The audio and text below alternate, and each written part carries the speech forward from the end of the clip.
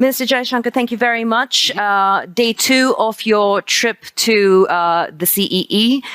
It's been quite a ride since February for not just the region, not just Europe, not just the West, but it is now trickling in terms of effect of what's happening between Russia and Ukraine into the rest of the world, the East, the global South. Paint us a little bit of a picture of India and how India has been impacted. You've come out of COVID.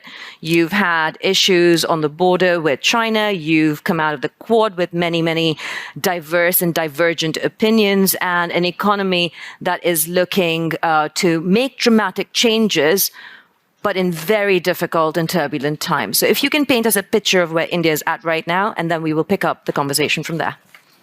Okay, let me go with exactly that flow. I think, yes, we are largely out of the COVID, though it never quite goes away. But we are out of the COVID also with a strong sense of economic recovery. I think there's a lot of optimism about rebuilding, and not just rebuilding, but actually leapfrogging in many areas, particularly digital.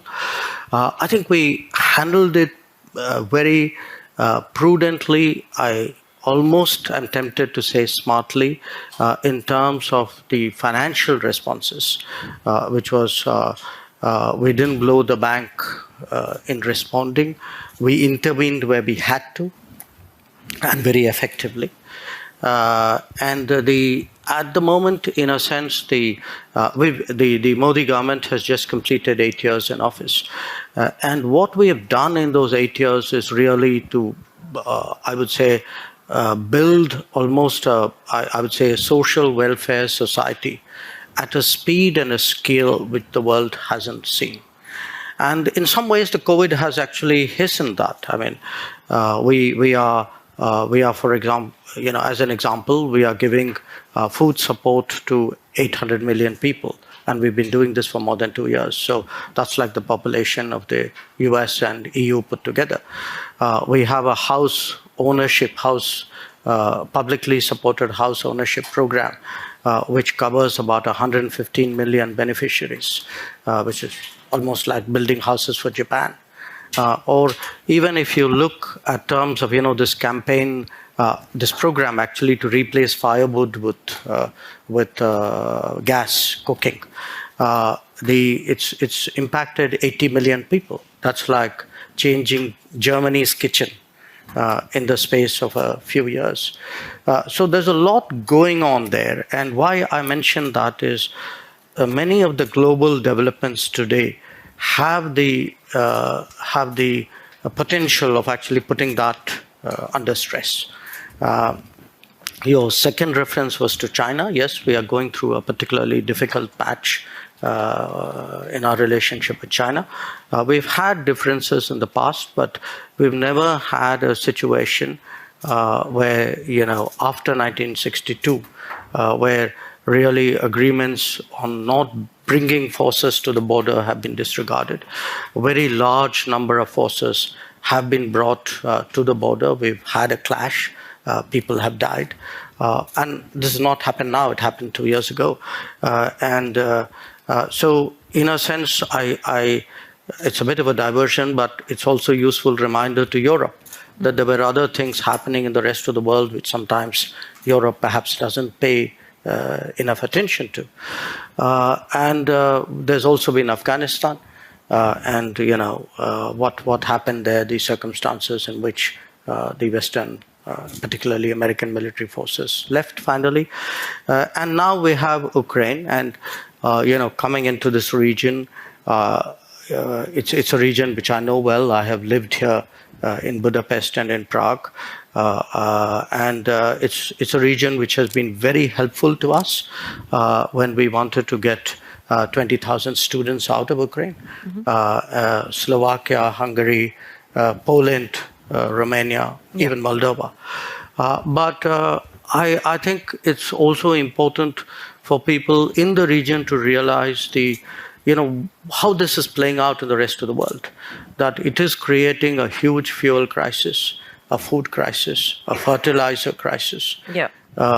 pushing inflation in low-income societies which don't have the margins really to absorb that. And so it can very quickly become political in many societies. I think that brings up an interesting question that's come in from an online audience member, which is relevant to this, this point that you make about the rest of the world versus right here, right now in Europe or in the West. How interested are the Indian people in the war in Ukraine? Is it a major concern?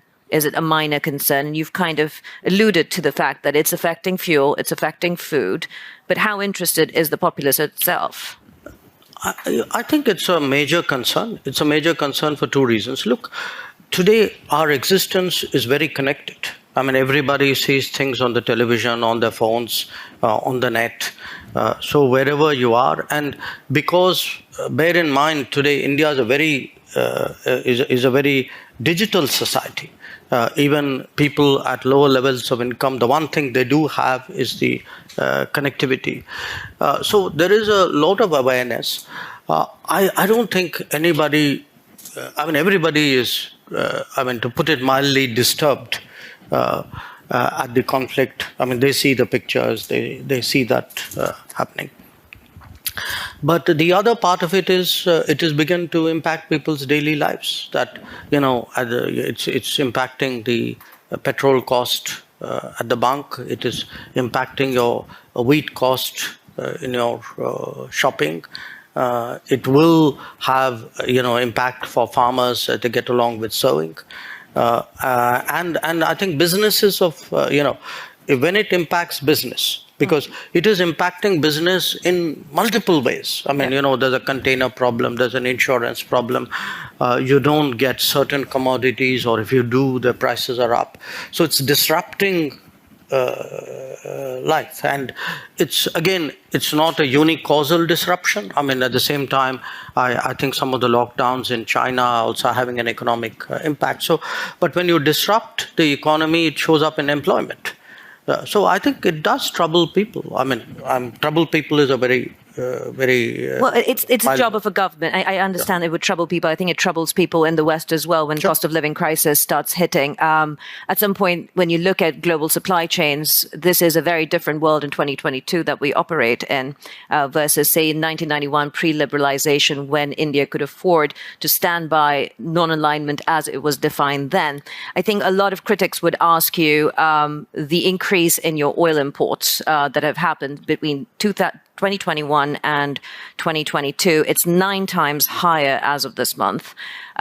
You have been questioned in terms of that increased oil import from Russia, $95 a barrel for Russian oil, 119 approximately for Brent crude.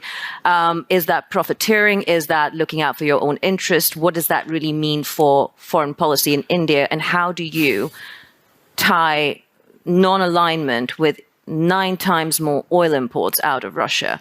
How do you make the two meet? Well, look, first of all, I don't see a non-alignment oil connection at all. Today Europe is buying oil. Europe is buying gas.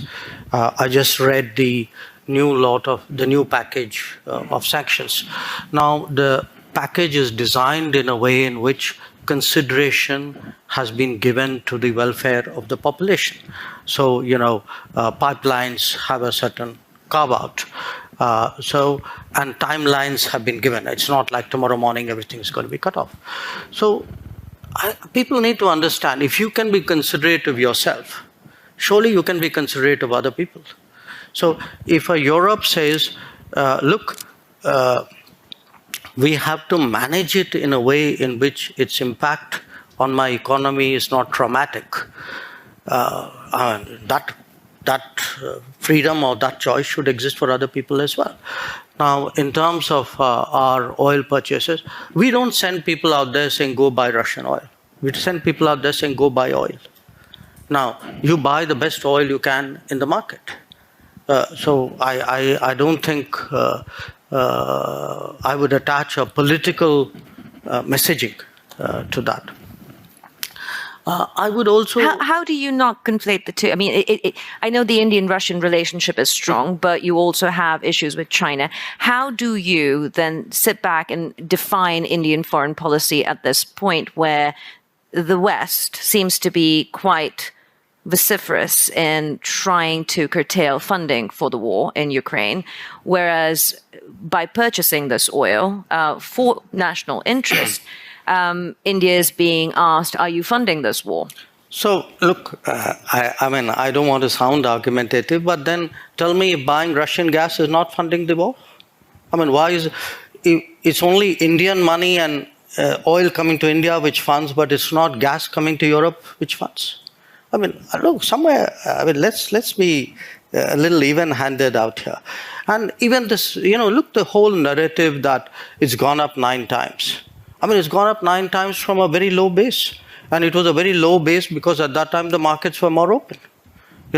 Why if countries in Europe and the West and the United States are so concerned, why don't they allow Iranian oil to come into the market?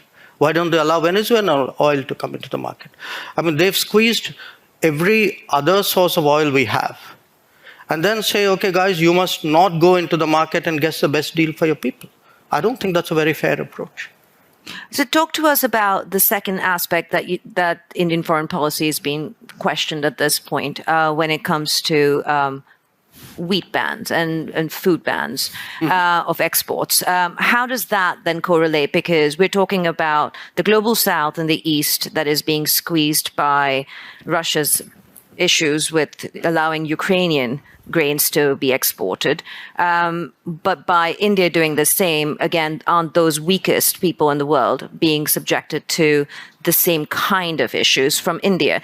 Do you see that as supporting Russia, or is it a completely different element that we don't understand in the West, that your perspective is different? I think answer is B. You don't understand in the West. But it isn't just the West, okay? I don't think people understand because they're not actually tracking the trade. We have been exporting wheat, okay? Typically, we export about 2 to 3 million tons. Last financial year was a better year. We exported about 7 million tons. This year, before the heat wave hit us very badly, the expectation was that we would do substantial exports, and we were open. I mean, in fact, Prime Minister himself had said on various occasions, saying, look, we see that there's a food crisis in the world and we'd like to be of help. But what we then saw was a kind of run on our wheat, a large part of it done by international traders based out of Singapore and I think to some degree maybe Dubai. The result was actually the low-income countries, many of whom were our traditional buyers, like our neighbors, Bangladesh, Sri Lanka, Nepal. These are our traditional buyers. Okay. Interestingly, the Gulf buys regularly from us. I heard Dr. Tedros in the earlier session talk about Yemen. Yemen buys from us. Sudan buys from us. Okay. Now, what we saw was the low-income buyers were being squeezed out. The wheat was actually being stocked for being traded. So in a way, our goodwill was being used for speculation. Mm-hmm. So we had to do something to stop that because it was also impacting us at home. Our prices were going up. So I want to be very clear what we have done. We have actually said, look, we're not going to give speculators an open access to the Indian market so that the Indian customer and the LDCs of the world get the short end of that. Yeah. What we are still open to doing is where we see a kind of a deserving country wanting wheat, very glad to supply it within the realm of possibility. And just for the record, I think we've done this year wheat exports to about 23 countries. The rate of export this year, if I were to take the same period as last year, my rough sense is it's about 4x. Okay. So actually, it's gone up, and I know in many cases, foreign ministers of some countries have called me up, and we have assured them that they would have access to our markets. So this is all about stopping and curtailing speculation at the end That's of the right. day. And preventing a diversion to high-income countries with a greater possibility to buy, because what we saw happen with the vaccines, yeah, we don't want to see happen with the wheat, which was the rich people got vaccinated and the poor were left to God and well, that brings whatever. up a question again from the audience now, and I would like to ask, I will come to you. I want to just do one question from the online audience, which kind of follows up on your point of diversions. This person's asking, according to the Wall Street Journal, India is becoming a key point for transshipment of Russian oil to bypass sanctions. How does that serve India's foreign policy interests? I don't know. Does whoever wrote that knows what transshipment means? Well, I mean, transshipment is when you get it. No, when you get it and you sell it to somebody else. I have not even heard of anybody in India thinking along those lines.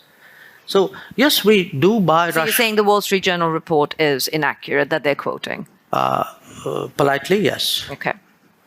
So I can say it less politely, India is but not a conduit to any Russian oil transactions. No, not.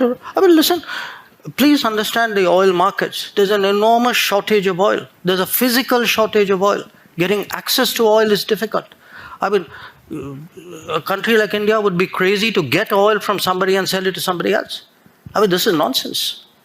So that is your question answered, and the minister's on the record. Yes, please. If you could stand up, give us your name and a brief question. Konstantin Eggert, freelance journalist from Vilnius, Lithuania. Dr. Jaishankar, with the Indian government essentially ignoring war crimes in Ukraine, not condemning Russia, not doing sanctions, Question. you then expect, I'm totally sorry, I know what I do, with India counting on global support for in its struggle with China, its issues with China. How do you think you'll be trusted by others after that? Why do you think anyone will help Delhi after you didn't help others over Ukraine? Thank you. You know, it's an interesting question which you might, I mean, not you, meaning you personally, but people might want to ask themselves, because if I were to take Europe collectively, which has been singularly silent on many things which were happening, for example, in Asia, you could ask, why would anybody in Asia trust Europe on anything at all? So here's the take. I don't think, I mean, first of all, I think you're mischaracterizing our position, where they have, for example, when Bucha happened, we condemned Bucha. And we actually asked for an investigation into Bucha. In terms of what is happening with the Ukraine conflict, our position is very clearly that we favor an immediate cessation of hostilities. It's not that we've ignored it, unless you call phone calls to Putin and Zelensky as ignoring something. So first, I would urge you to get the factual position accurately. Secondly, in terms of the connection you are making, look, we have a difficult relationship with China. We're perfectly capable of managing it. It's if I get global understanding and support, obviously it is of help to me. But this idea that I do a transaction, that I come in one conflict because it will help me in conflict too, that's not how the world works. So a lot of our problems in China have nothing to do with Ukraine, have nothing to do with Russia. They predate it. And there are, I mean, if we are getting into who is silent on what issue at what point of time, I could point to a whole lot of issues on which, as I said, I mean, Europe has held its peace. So, I mean, it's a great polemical point you made. So I take it in that spirit. I think as a follow-up to that, a lot of the noises I've been hearing, both in the United States and here in Europe, is on a similar train, that You have a problem with China on the border. It's been going on for decades now. It is getting worse. What position does that leave you in when it comes to seeking support if further incursions are done, further skirmishes happen at the border or within the border, to kind of echo what's happening in Ukraine in terms of sovereignty issues that are being raised? Sorry, do you mind if I interrupt you here? No, please do. But I want to come back to a question, the crux of the question, which I asked a few people in the political circles, in the financial circles. What's your big question? And one of the foremost geopolitical strategists on Wall Street sent me this question for you. Mm-hmm. And the question is simple. If and when the choice comes down to it, not today, not tomorrow, but in the future, and she strongly believes it will, for India, will it become, in terms of support, the US or China? And that will be kind of a defining moment that comes out of the situation that we face with Russia right now. Look, number one, why I wanted to interrupt you in a way. I mean, I'm partly reacting to the previous observation. Somewhere Europe has to grow out of the mindset that Europe's problems are the world's problems. But the world's problems are not Europe's problems. That if it is you, it's yours. If it is me, it's ours. I think that's something, and I see, reflections of that. Again, in terms of, there is a linkage today which is being made. A linkage between China and India and what's happening in Ukraine. So come on, guys. I mean, China and India happened way before anything happened in Ukraine. So the Chinese don't need a precedent somewhere else in the world on how to, engage us or not engage us, or be difficult with us or not be difficult with us. So as I said, I just see this as frankly a not very clever argument, a very self-serving one. This idea that, your grand strategy must be about how you will choose. I will do what, as all of us do. I will weigh the situation, everybody, after all, how do countries eventually make decisions? Mr. Jaishankar, there will always be two axes at this point. I think it's an understood, accepted fact that you have the West, US-led, you have China as the next potential axis. Where does India fit into this? Are you planning to not pick a side? No, I'm sorry. That is exactly where I disagree with you. This is the construct you are trying to impose on me, and I don't accept it. I don't think it's necessary for me to join this axis or not, and if I'm not joining this, I must be with the other one. I don't accept that. I think I'm 1/5 of the world's population. I am today the 5th or 6th largest economy in the world. Forget the history, civilization bit, everybody knows that. But I think I'm entitled to have my own side. I'm entitled to weigh my own interests, make my own choices. And my choices will not be cynical and transactional, but they will be a balance of my values and my interests. There is no country in the world which disregards its interests. So, as a final question, because I know you have to go, and our time has been cut short a little bit by your staff. And the coffee break is coming. Yes. The coffee break is less important, but your staff is insisting you have meetings. As a final question, then, to leave us with this perspective, as you say, there's a whole part of the world that we are ignoring and the perspectives that we're ignoring. What will or what is India's position on the world stage? Because if you want to talk about 1/5 of the world's population, you cannot also sit on the fence when it comes to foreign policy matters. Non-alignment isn't plausible if you want to take your position on the world stage. What does it look like with 3 years of your government left, approximately? And what is of this term? Of 2 years, actually. 2 years. Yes. Thank you for the correction. Yes. Or even in the next decade or so. What is India's position?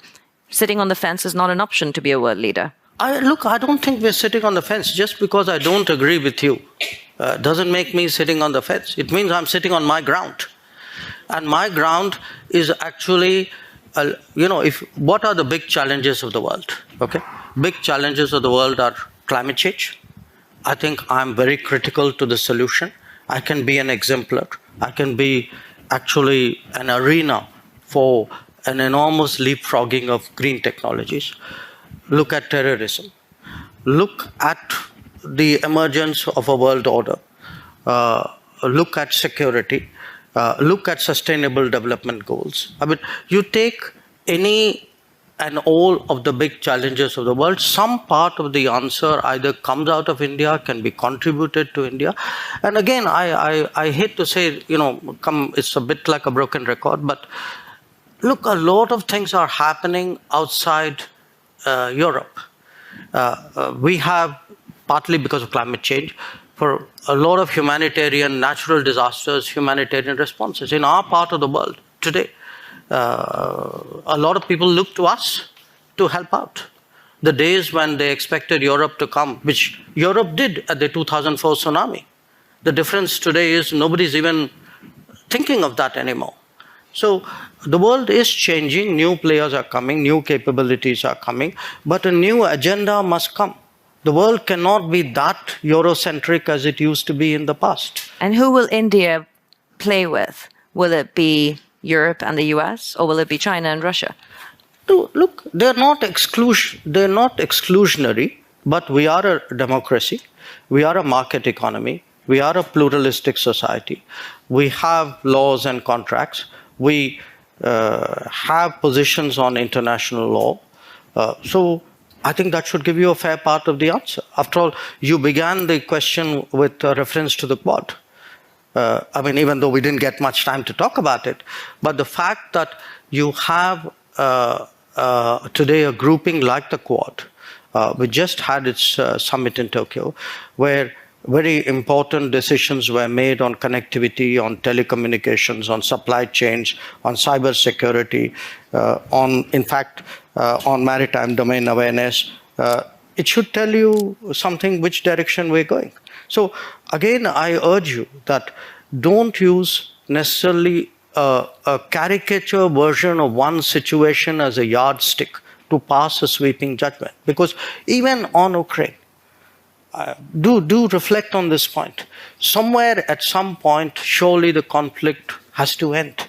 Somebody will have to, a set of people, it cannot be a single country, probably not, will have to engage the players. It is our collective interest to find some kind of resolution, unless you're throwing up your hands and say this is not fixable. So at that point, I think people will need us. Says a diplomat, a career diplomat turned politician, then diplomacy, and keep going with it. Thank you very much, Minister, for joining us, and thank you all for being part of this conversation.